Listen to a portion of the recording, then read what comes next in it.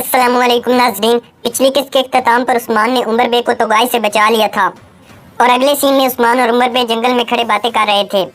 इस किस्त के आगाज में गुंदूज उस्मान और उमर बे के पास आ जाता है और उस्मान से कहता है मुझे अभी अपने कुछ सिपाहियों के साथ कबीले जाना होगा। उस्मान कहता है फौरन जाएं भाई, मैं अब आपके सिवा किसी पर भरोसा नहीं कर सकता। आप जाएं, मैं ज़ाती तौर पर खुद उमर साहिब को कबीले में लाऊंगा। उमर बे उस्मान के सिपाहियों की तारीफ करते हुए कहते हैं सलामत रहो बहादुर जंगजुओ, आपने हमें अकेला नहीं छोड़ा। ये सुनकर उस्मान के तमाम सिपाही अपने सीनों पर हाथ रख लेते हैं। गुंदूज कहता है तनाज़ात आरज़ी हैं उमर साहिब, और जो मुस्तकिल है वो हमारा भाईचारा है। इसके बाद गुंदूज कुछ सिपाहियों को लेकर कबीले की तरफ चला जाता है। इसके बाद उस्मान और उमर बे भी अपने दो सिपाहियों के साथ कबीले की तरफ चल पड़ते हैं। दूसरी तरफ मलून खातून सरदारी खेमे से बाहर आते हुए अपने खास सिपाही से कहती है सिपाहियों को इकट्ठा करो, हम हर कबीले किले और जंगल में बाबा को तलाश करेंगे। ये सुनकर मलून का सिपाही वहाँ से चला जाता है तो मलून अलाजा से पूछती है क्या यहाँ कोई सिपाही है जो मेरे बाबा का सुराग लगा सके। अलाजा कहती है बदकिस्मती से हमारे सिपाही नहीं जानते कि हमारे सरदार कहाँ हैं। उन्होंने आसपास तलाश किया लेकिन उन्हें कोई सुराग नहीं मिला। ये सुनकर मलून खुद कलामी करते हुए कहती है बाबा आप कहाँ हैं। इसी दौरान उस्मान उमर बे को लेकर कबीले में पहुंच जाते हैं। मलून उमर बे को देखती है तो हैरानगी और खुशी के मिले जुले तासरात जाहिर करती है। मलून उमर बे के पास आकर कहती है बाबा आप कहाँ थे, हम परेशान हो गए। उमर बे कहते हैं उस्मान साहिब हमारे मेहमान हैं, हम अंदर जाकर बात करते हैं। इसके बाद उमर बे और उस्मान सरदारी खेमे की तरफ चले जाते हैं। उस्मान और उमर बे जब सरदारी खेमे के अंदर पहुंचते हैं तो मलून भी उनके पीछे आ जाती है। इसके बाद वो तीनों अपनी अपनी जगह पर बैठ जाते हैं। उमर बे मलून से कहते हैं मैं तोगाई से मिलने गया था।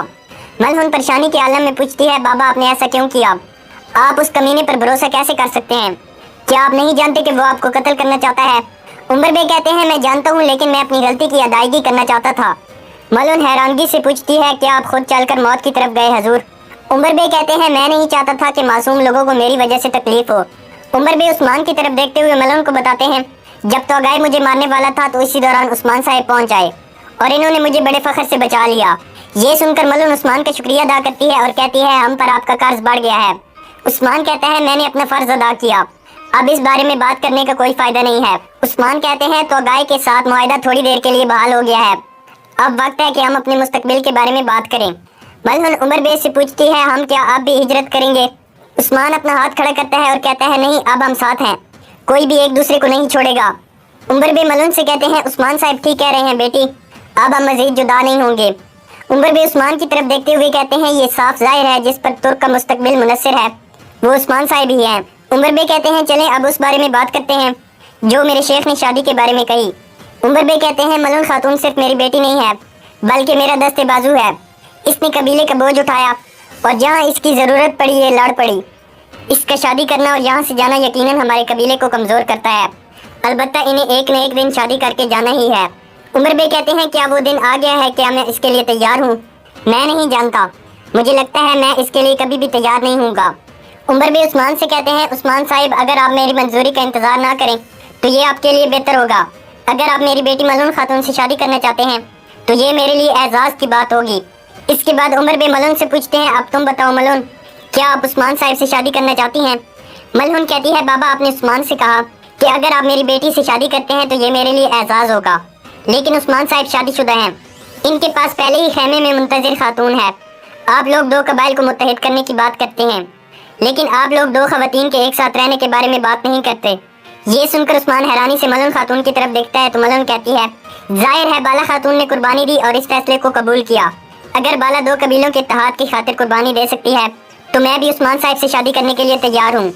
मलून उस्मान से कहती है लेकिन मुझे बताएं उस्मान साहिब आप किस तरह इंसाफ को यकीनी बनाएंगे। उस्मान कहते हैं मेरी पहली खातून और मेरे वारिस की माँ अलग खेमे में रहेगी, उनकी आमदनी अलग होगी, वो खवातीन जो उनके लिए काम करेंगी उनका भी इंतखाब किया जाएगा। उस्मान अपना हाथ बुलंद करते हुए कहते हैं लेकिन दोनों खवातीन में से कोई भी किसी पर हुक्म नहीं चलाएगी। मलून पूछती है बाला खातून का मेरे साथ रद्द-ए-अमल क्या होगा।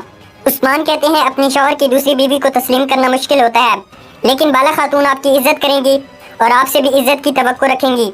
मलून पूछती है क्या शादी का वाहिद मकसद कबाइल का इत्तेहाद ही है या फिर इसके अलावा कोई और वजह भी है। उस्मान कहते हैं यकीनन एक और वजह भी है, काई के सरदार मुझसे वारिस की तवक्को करते हैं और वो चाहते हैं कि मैं दोबारा शादी करूं, लेकिन मैंने मुस्तकबिल के काई सरदार की मां का मिलने का इंतजार किया। मलून पूछती है क्या अब आपने उसे ढूंढ लिया है उस्मान साहिब। ये सुनकर उस्मान मुस्कुराते हुए हाँ में सारे लाते हैं और कहते हैं मैंने उसे ढूंढ लिया है। اس کے بعد عثمان اور ملن خاتون ایک دوسرے کے خیالوں میں گم ہو جاتے ہیں۔ اگلے سین میں 2 دن کے بعد کا منظر دکھایا جاتا ہے۔ کائی قبیلے میں آسمان سے بارش برس رہی تھی۔ بالا اور گونچا خاتون سرداری خیمے کے سامنے کھڑی تھیں۔ اسی دوران کائی سپاہی ملن خاتون کا جہیز لے کر پہنچ جاتے ہیں۔ بھائی سنگر بالا کے پاس آ کر پوچھتا ہے، بالا خاتون دلہن کا جہیز کہاں رکھیں؟ بالا کہتی ہے، ہمارے سردار اور ملن خاتون جس خیمے میں رہیں گے یہ وہاں لے جاؤ بھائی سنگر۔ اس کے بعد بھائی سنگر اور باقی سپاہی سامان کو وہاں سے لے جاتے ہیں۔ یہاں بالا کا ایک خیال دکھایا جاتا ہے۔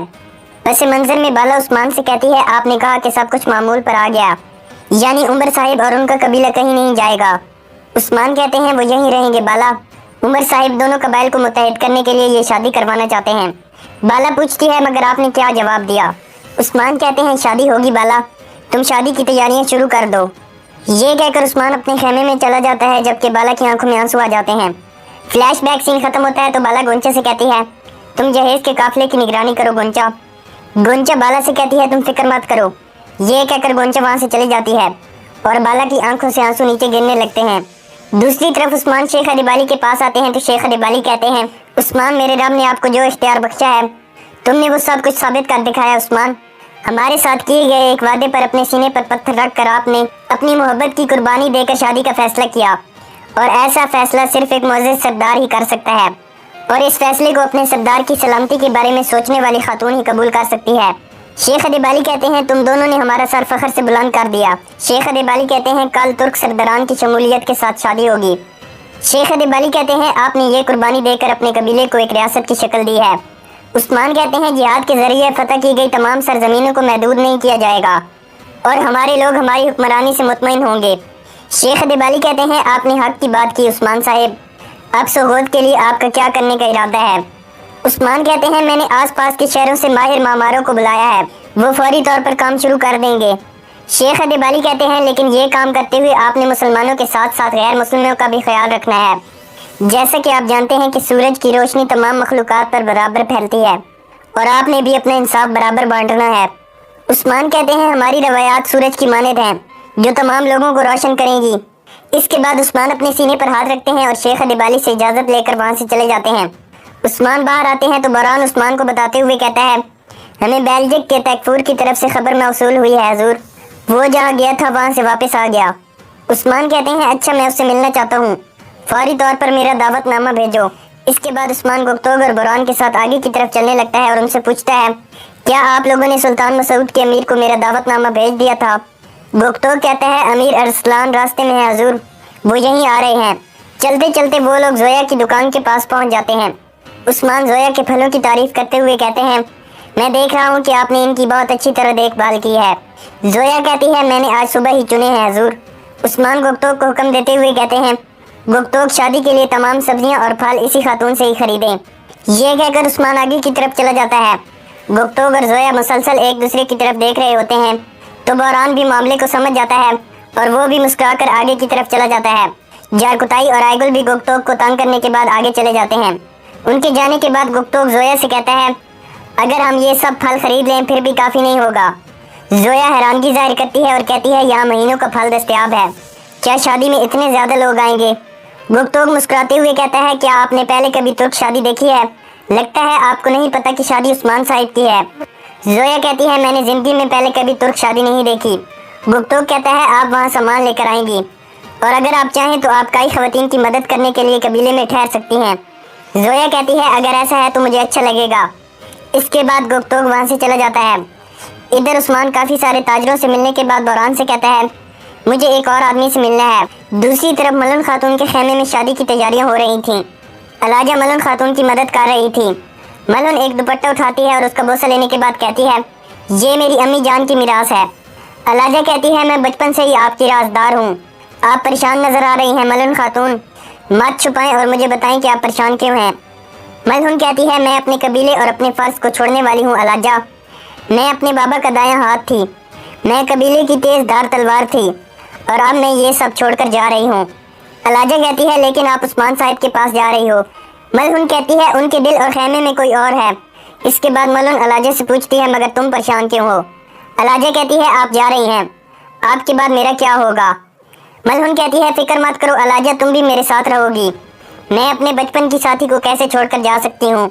मैं जहाँ भी जाऊंगी तुम मेरे साथ होगी। दूसरी तरफ तोगाई के डेरे पर मंगोल सिपाहियों को सजा दी जा रही थी। एक सिपाही को तोगाई के सामने पेश किया जाता है तो तोगाई कहता है, गद्दारी ने काली रूहों को जगा दिया है। तोगाई अपने सामने मौजूद सिपाही को टांग मारकर नीचे गिरा देता है और फिर अपनी तलवार उसकी गर्दन में घोंप देता है। तोगाई इसी तरह अपने काफी सारे सिपाहियों को मार चुका था। इसके बाद एक और सिपाही को पकड़कर तोगाई के पास लाया जाता है। तोगाई सिपाही से पूछता है, क्या यारगोजो की खुफिया आंखें तुम हो? सिपाही कहता है, मैं नहीं हूँ तोगाई, मैंने तुम्हें धोखा नहीं दिया। तोगाई अपनी तलवार जमीन में गाड़ देता है और सिपाही की तरफ बढ़ते हुए कहता है, मैं तुम्हारी गद्दार आंखें नोच लूंगा। इसके बाद तोगाई उस सिपाही की आंखें दबाने लगता है और कहता है, मैं तुम्हारा गोश्त नोच कर यारगोजो को खिला दूंगा। इसके बाद तोगाई उस सिपाही को कई जोरदार मुक्के मारता है। सिपाही जब बेहोश हो जाता है तो तोगाई अपने आदमी से कहता है, जब ये होश में आएगा तो मैं इसकी मनहूस आंखें नोच लूंगा। सारा मंजर देखने के बाद जाम्बा उठकर तोगाई के सामने आ जाता है और कहता है, ये सब बेगुनाह हैं। जाम्बा अपनी तलवार तोगाई को पेश करते हुए कहता है, यारगोजो तक खबरें पहुंचाने वाला मैं हूँ। यहाँ पर इस एपिसोड का इख्तिताम हो जाता है।